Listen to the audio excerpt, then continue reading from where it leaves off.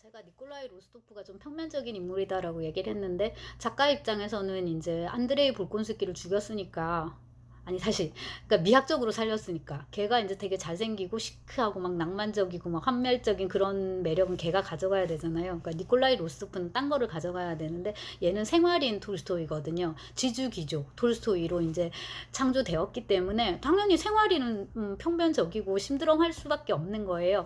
근데 이게 이제 소설로 읽고 그다음에 이제 저의 또 정향성이 들어가는 거잖아요. 저의 취향이 저는 안드레이가 좋으니까. 그러니까 이제 또 니콜라이가 평면적으로 보이는 걸 수도 있지만 그 BBC 버전의 워 앤 피스 그 전쟁과 평화를 보시면 되게 잘생겼어요. 니콜라이 역을 맡은 배우가 그 덩케르트 공군 역을 맡은 배우인데 제가 이름까지는 지금 가뜩이나 요즘 머리도 나빠져가지고 암기가 안 되는데, 아무튼 이제 그 배우인데 여러모로 굉장히 그 영국 귀족식이죠. 그러니까 러시아 귀족은 아니고 무슨 제인 오스틴 이런 데 나오는 그런 이제 젠트리 그룹이나 귀족의 느낌을 이렇게 딱 주는 그런 이제 느낌이긴 한데, 아무튼 실제 이 소설 속에서 작가가 니콜라이 로스토프에 대해서 생각한 이미지는 저런 것이었겠구나. 굉장히 말쑥하고 잘생기고 그다음에 가장으로서의 책임감, 남자로서의 책임감, 그런 게 되게 이제 공고하고, 그다음에 또 뭐냐면 적절히 또 방탕하기도 해요. 적절히 타락하기도 하고. 예를 들자면은 휴가 나왔다가 친구들하고 같이 뭐를 했어. 도박을 했는데 돈을 엄청 많이 잃었거든요. 그래가지고 아빠한테 가가지고 아버지, 제가 여사여사 해가지고 돈을 1억을 잃었어요. 이렇게 얘기를, 아빠도 이런 적 있잖아요. 이렇게 얘기를 하거든요. 근데 그런 상황에서 또 일리아 로스토프 백작도 뭐 썩을 놈, 뭐 할 놈, 뭐 죽어 살아 이러지 않고서 애를 또 안고 이렇게 다독여줘요. 그래서 정말 참 톨스토이 소설에 나오는 사람들은 진짜 이게 뭐야, 사람 사는 것처럼 이제 사는 거고, 저쪽에 도스옙스키 까라마조프 이런 데는 보면 아버지도 아버지로서 구실을 하나도 못했고, 아들이라는 것도 와가지고 아버지 엄마 유산 내놔요, 니한테 줄 돈 하나도 없다, 빠시올본 꺼져 이렇게 말하고 드미트리가 쾅쾅 치고, 뭐 뽀들리엣츠, 거의 뭐 개 같은 XX 막 이렇게 욕하고 막 죽여버리겠어 이러고, 뭐 또 아버지도 내가 너를 뭐 바퀴벌레처럼 밟아 죽이겠어 막 이렇게 하는데, 이제 여기는 이런 식이란 말이죠. 그렇다 보니까 이제 이 니콜라이 로스토프가 장남으로서 느끼는 책임감 이런 것도 우리가 굉장히 잘 이해할 수 있게끔 이렇게 이제 소설이 써져 있는 상황인 거예요. 그래서 제가 앞서 이제 로스토프의 딜레마를 쭉 말씀을 드렸죠. 그러다가 소설을 되게 잘 풀어가는데, 톨스토이가 이때 소설을 잘 풀어나간다는 거는 어떤 구성적인 완결성도 있지만 그거와 나란히, 혹은 그런 또 구성의 설득력이 뭐에 의해서 획득되냐 하면은 우리 인생의 흐름에서 이렇게 일이 진행될 수밖에 없겠다라는 측면이 있어요. 그게 되게 극적이긴 하지만 근데 굉장히 개연적이고 사실적으로 그려졌어요. 구체적으로 들어가면 3권 2부입니다. 여기서 이제 스몰렌스크 함락 이후에 로스토프와 마리아가 처음으로 이제 만나게 된다라고 이제 돼 있는데, 제가 조금 설명을 해드리자면 안드레이가 죽었죠. 그리고 이제 할아버지가 당연히 연로하니까 노 볼콘스키 공작이 죽게 돼요. 근데 막 죽기 전에 다 그렇지만 막 깽상깽상대고 막 장난 아니게 되거든요. 그리고 이제 굉장히 괴롭힙니다, 마리아를. 네가 뭐 얼굴도 못 나고 어쩌고 저쩌고 시집도 못 가고 이런데 뭐를 가지고 딸을 괴롭히냐면, 브리엔느라고 프랑스인 가정교사가 있어요. 근데 이제 옛날에는 이렇게 가정교사를 쓰면서도 이렇게 더부살이 하듯이, 뭐라고 해야 될까, 식솔이란 표현 쓰잖아요. 나 데리고 살았던 것 같더라고요. 근데 이제 브리엔느는 좀 예쁘장하게 이렇게 생겼단 말이에요. 그런데 이 노 볼콘스키 공작이 갑자기 뭔 소리를 하냐면 저거랑 결혼할 거라고, 브리엔느랑. 그리고 너는 땡전 한 푼 없어, 난 브리엔느한테 재산을 다 주겠어. 근데 실제로 또 그런 마음이 있는 것도 아니에요. 근데 이제 딸내미 진짜 엿먹으라고, 딸내미 화나게 하기 위해서 또 막 브리엔느랑 히히대고 막 어쩌고 저쩌고 이러고, 그거를 이제 안드레이 볼콘스키가 귀향해서 보고 그 꼴을 진짜 보고서 분기탱천해가지고 이게 도대체 뭔 상황이냐고. 그리고 이제 브리엔느가 되게 이제 기가 세지고 막 얘가 치고 올라오니까는 내가 이런 일을 결정하는데 가정교사의 허락까지 받아야 돼 이러고 딱 날리는 부분이 있거든요. 근데 그 유서 깊은 공작의 이런 후회로서 되게 좀 포스가 느껴지는 그런 장면인데, 뭐 이렇게 하다가 영감이 이제 결국엔 죽게 돼요. 이제 죽으면서 되게 이제 그 또 눈물 없이 읽을 수 없는 이제 그런 감동적인 장면이죠. 왜냐하면 이 볼콘스키 공자의 마리아를 굉장히 사랑하거든요. 그러니까 부인을 일찍 여의고 딸을 되게 사랑하는데, 이 무렵에 이제 여자가 갖춰야 될 최고의 미덕은 뭐야? 첫째도 둘째도 예뻐야 되는데 아빠가 보기에 딸이 너무 박색이니까 딸이 시집가서 천대받을까봐 너무 마음이 아픈 거예요. 근데 이제 그 며느리를 보니 저렇게 예쁘고 애도 잘 이렇게 임신을 빨리 하고 심지어 이제 아들까지 낳게 되는데, 리자도 저렇게 남편이 빨리 신물을 느끼는 저기 실증을 느끼는데, 그러니까 내 아들을 보니까 내 며느리도 그런데 내 딸은 시집 가면 어떻게 되겠냔 말이에요. 그래가지고 이제 그 아나똘이 바실리 공작 그 이렇게 해가지고 아나똘이 왔을 때 딱 보니까, 아 저거 내 딸을 돈으로 생각하는구나, 호구로 생각하는구나. 저놈이 내 딸을 데리고 가가지고 보나마나 진짜 아예 그냥 무시하고 가정교사를 데리고 가서 브리엔느랑 붙겠구나, 이걸 딱 바로 이제 눈치를 채게 되는 거예요. 아, 바로 이게 각이 나오는 거예요. 아빠니까. 그래서 이제 차라리 마리아가 내 옆에 있으면 좋겠다라는 생각도 하고, 그 다음에 그냥 외로우니까, 딸이 이쁘니까, 딸이 옆에 있으면 좋으니까. 근데 이제 말년에 그렇게 이제 히스테리를 부리다가 결국엔 이제 죽게 되고, 뭐 딸하고는 이제 화해한다고 할 수도 있겠죠. 근데 그 이유가 중요한데, 이 마리아 볼콘스카야는 완전히 혼자 남겨진 거예요. 지금 어디 있냐면 보구차로버라고, 이 안드레이가 땅을 하나 샀어요, 영지를. 거기에 이제 영지를 이렇게 갖고 놨는데, 거기에 이제 있는데, 사람들이 전쟁과 평화를 똑바로 읽지 않고 어떻게 생각하냐면은, 이 마리아 볼콘스카야 공작 부인이 나폴레옹이 데리고 오는 이 군대들의 위협을 받고 있다고 생각하는데, 그게 배경이긴 한데요. 지금 여기서 대립구도는 뭐냐 하면 지주 귀족하고 농노들의 대립이에요. 할아버지가 돌아가셨으니까 공작이 지금 저 20대 저 뭐 한 공작령이 하나밖에 없는 거예요. 그러니까 농노들이 이거를 되게 멸시하는 거, 저 젊은 처녀가 뭐를 하겠어 싶고, 저게 똑바로 못해서 우리까지 지금 나폴레옹한테 잡아먹히겠어, 이런 상황인 거예요. 그래서 지금 이 영지에 소속된 농노들이 조금만 있으면 완전히 폭도로 돌변할 것 같은 그런 일촉즉발의 위기 상황입니다. 여기서 니콜라이 로스토프 젊은 백작이 부대를 이끌고 지나가는 거예요. 얘들은 다 장교예요, 여러분. 당연하지만 얘네들이 무슨 전쟁 났다고 해서 보병으로 가서 총알바지로 어림없고 전부 다 말타는 이제 기병에 이제 이렇게 다 위로, 그리고 실제로 전투에도 그렇게 투입되지 않고, 안드레가 그렇게 부상을 한 거는 지가 까불고 이렇게 깃발 들고 나가다가 이제 그런 거지.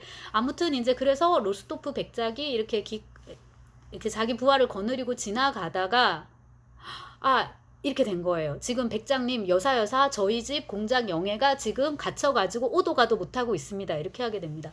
그래서 그러면 제가 살펴보고 한번 할 수 있는 한 최대한 도와드리겠습니다 하고 안으로 딱 들어가요. 그리고 이제 공작 영예를 만나는 첫 장면인데, 이게 되게 묘사가 좋아요. 읽어드리겠습니다. 3권의 318쪽, 319쪽인데요. 로스토프가 안내를 받아 마리아 공작 영예에게로 갔을 때 그녀는 홀에서 어찌할 바를 모르며 힘없이 앉아 있었다. 그녀는 몰랐다. 그가 누구인지, 왜 이곳에 있는지, 그녀에게 앞으로 무슨 일이 생길지, 그러니까 몰랐다. 그녀는 러시아인다운 그의 얼굴을 보았고, 홀에 들어서는 그의 태도와 첫마디에서 그가 자신과 같은 계층의 사람임을 알아보았다. 이거 되게 중요하고, 같은 계층의 사람임을 알아보았다. 그러자 특유의 그윽하게 빛나는 눈길로 그를 응시하며 흥분 때문에 떨리는 목소리로 띄엄띄엄 말을 하기 시작했다. 그 순간 로스토프는, 이제 로스토프 입장인데요. 그 순간 로스토프는 이 만남에서 낭만적인 무언가를 떠올렸다. 그러니까 얘는 그런 낭만주의를 가지고서 어린 소녀랑 서로 사랑했듯이, 이번에도 이건 무슨 낭만적인 계시다, 이런 거라 보는 거죠. 폭동을 일으킨 난폭한 농부들의 전횡에 홀로 내맡겨져 의지할 데 없이 비참해 젖은 아가씨, 그리고 어떤 기이한 운명이 나를 이곳으로 내몰았다, 이런 거. 그래서 로스토프는 그녀의 말을 듣고 그녀를 쳐다보며 생각했다. 그런데 이 아가씨의 표정과 생김새와 표정이 참 부드럽고 우아하구나. 그는 머뭇거리는 그녀의 이야기를 들으며 생각했다, 이렇게 나오는데, 마리아 백작 공작 영예의 입장에서 첫 번째, 이거는 우리 계급 사람이다. 그러니까 지금 농노와 대치하고 있는 상황에서 이거는 믿어도 된다. 왜냐면 같은 귀족이니까. 그러니까 남녀라는 이런, 어떻게 보면 되게 이제 19세기의 어떤 불편한 이분법이었을 수 있는데, 남녀 7세 부동서일 수 있는데, 그거를 넘어서는 게 계급적인 정체성인 거예요. 일단 귀족이다, 믿어도 된다, 이거고요. 그 다음에 니콜라의 입장에서는 마리아가 너무 우아한 거예요. 그래서 계속 마리아가 박색이다라고 얘기를 하는데, 뭘 그렇게 못생겼을까 싶고, 19세기 그 러시아 귀족 사회에서 요구되는 미의 어떤 기준이 있을 거 아니에요. 근데 이 막대기형, 그러니까 뻣뻣하고 매트하고 건조하고 이런 인물은 이제 미인 대접을 못 받으니까. 왜냐하면 여성의 모든 의미는 어디에 있습니까? 시집가서 애를 낳아야 되거든요. 이거는 농경사회가 시작된 이래로 제가 지금 여성이라 말했지만 사실 암컷이죠. 농경사회 이래로 암컷이 이거는 해야 되는 가장 큰 일이에요. 무조건 씨를 받아가지고 애를 낳아야 되는 거, 많이 낳아야 되는 거예요. 이거는 모든 점에서 다 공평한, 공주들도 마찬가지. 중세 근대 공주들의 가장 큰 의무가 바로 시집 가가지고 좋은 씨를 받아가지고 애를 최대한 많이 낳아야 되는 거예요. 그리고 이제 그 왕정에서는 이제 공주가 아니죠. 이제 여왕이 되는 건데 애를 낳는 장면이 생중계됐다 하더라고. 사람들이 다 와서 보고. 왜냐하면 이제 이거는 이 여자가 출산하는 게 아니라 왕자나 공주가 태어나는 장면이니까 이게 더 중요한 거예요. 근데 이제 그거는 다른 관점에서 우리가 이제 얘기할 수 있는 대목이고, 어쨌거나 제가 볼 때는 마리아가 그렇게 박색이 아니었을 거라는 생각이 든단 말이죠. 근데 어쨌든 다시금 이제 니콜라이 눈에는 되게 뭐야, 이 마리아가 이제 우아하고 귀족적이고 점잖고 이렇게 이제 보이는 거예요. 그래서 표현을 뭐라고 하든 간에 두 사람은 어쨌거나 첫눈에 반하게 되는 거예요. 그리고 사람이 사랑에 빠지면 도저히 숨길 수가 없잖아요. 마리아 눈에 교태가 엄청나죠. 브리엔느가 보면서, 브리엔느는 남자를 유혹하는데 굉장히 익숙한 여성인데 이렇게 교태를 부리는데, 아니 언제부터 저렇게 마리아 공작영애가 저렇게 살살살 꼬리치고 저렇게 교태를 부렸지라는 생각이 들 정도로 이제 니콜라이 로스토프 백작하고 만나면 이제 그런 게 있다는 거죠. 그리고 둘이가 이제 모스크바 있을 때도 조금씩 접촉을 하게 되고 접촉들이 조금씩 있어요. 분위기로 봐서는 청혼을 해야 되는데 청혼을 하지 않아요. 로스토프 백작이. 왜? 자, 이 경우에는 이제 보통 이제 이런 식의 연애 소설에서 문제가 되는 게 다 돈이긴 한데, 결혼으로 갈 때 문제가 되는 게 돈인데 정반대예요. 보통은 돈이 없어서 문제인데 여기는 돈이 너무 많아서 문제인 거예요. 그래서 니콜라이가 이런 거죠. 돈 없는, 진짜 뭐야, 페닐리스, 1푼도 없는, 돈 없는 저 거렁뱅이 백작 청년이 완전히 돈이 많은, 지금 돈이 넘쳐나는 공작 영예를 물었어. 이런 소문이 자기는 너무 싫은 거예요. 그러니까 사랑함에도 불구하고 오히려 이제 청혼을 하지 못해요. 근데 이런 식의 결혼이라면은 도스옙스키는 되게 싫어할 텐데, 그 대표적인 게 우리가 지난번에 읽었던 죄와벌에서 루진하고 그 두냐의 관계잖아요. 사실은 그게 잘 풀리면은 너도 좋고 나도 좋은 그런 결혼인데, 근데 이제 톨스토이는 이런 갈등에도 불구하고 니콜라이 백작과 그 다음에 뭐야, 이 마리아 이제 볼콘스카야 공작 영예를 잘 맺어줍니다. 그리고 인물들이 이거를 그렇게 막 더럽고 속물적이고 그렇다고 이렇게 생각지 않아요. 예를 들자면 나타샤도, 오빠 마리아 공작 영예는 지금 우리를 도와줄 만한 충분한 돈을 갖고 있어. 그 BBC 버전에서는 Prince Mary has means to help us인가 뭐 이런 식으로 표현을 해요. 그리고 이제 그 돈이라고는 안 하더라고요. 뭐 수단, 뭐 스리에드스바였을 것 같아요. 러시아어에서는. 근데 같은 돈이라는 뜻이죠. 그 다음에 이제 이 마리아도 마찬가지예요. 당신 왜 나를 이렇게 멀리하고 어쩌고 저쩌고 이제 이런 식으로. 근데 그때 그 말을 하죠. 전 정말 돈이 너무 많아가지고 지금 쓸 수도 없다고, 쓰고 충분히 다 쓰지도 못할 만큼 이런 돈이 있다고, 우리 집에 와서 살자고, 이렇게 이제 당당하게 얘기를 하는 거죠. 그 둘이 결혼해가지고 니콜라이 로스토프는 마리아의 영지로 갑니다. 돈도 많고 그 땅도 관리를 해야 되니까. 그리고 이제 니콜라이는 전쟁을 할 때는 몰랐는데 영지 경영을 해보니까 어머 웬일이야, 나는 천상의 쥐주였어. 너무나도 이 일이 자기한테 잘 맞는 거예요. 그래가지고 이제 농사도 잘 짓고 결혼 생활도 행복하고, 그 요 마리아와 니콜라이의 결혼 생활의 일정 부분이 나중에 더 뒤에 쓰게 될 전쟁과 평화에서 레빈하고 끼츠의 생활을 이제 방불케 해요. 근데 이제 그 얘들이 이제 주인공인 거는 아니니까 어쨌거나 이제 이게 잘 살게 되고요. 그 다음에 뭐야, 마리아도 제가 조금 거시기하게 썼는데 어쩌면 박색인 덕분에 박색에다가 이렇게 따옴표 하고,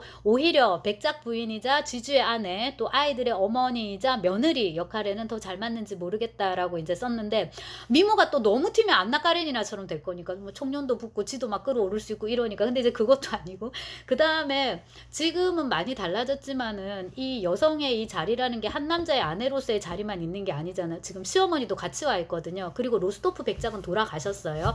그러니까 이른바 그 무섭다는 이제 홀 시어머니인데, 이 시어머니와의 관계도 또 이렇게 돈독히 해야 되고, 또 뭡니까, 신우가, 이게 신우도 아닌데 나타샤는 시집이라도 갔으니까 다행인데 소냐가 같이 와서 살아요. 근데 자기 남편이 옛날에 좋아했던 여자가 같이 한 집에 있는데 그거 좋아할 여자가 어디 있어요. 근데 마리아는 그 상황도 이겨내요. 그리고 요게 톨스토이 개인사를 그대로 반영합니다. 실제로 톨스토이에게도 이렇게 이제 평생 결혼하지 않고 집에서 약간 군식구처럼 톨스토이를 돌봐준 이모 내지는 뭐 숙모 같은 사람이 있었다고 합니다. 그게 이제 소냐로 이렇게 이제 표현이 됐는데, 어쨌거나 이제 전체적인 그림은 굉장히 전원시적인 걸로 이렇게 묘사가 되고, 자, 그 주인공이 바로 이제 니콜라이 로스토프 백작이고, 톨스토이의 30대 톨스토이의 가장으로서 지주로서 이제 그런 모습을 반영한다고 할 수 있겠죠.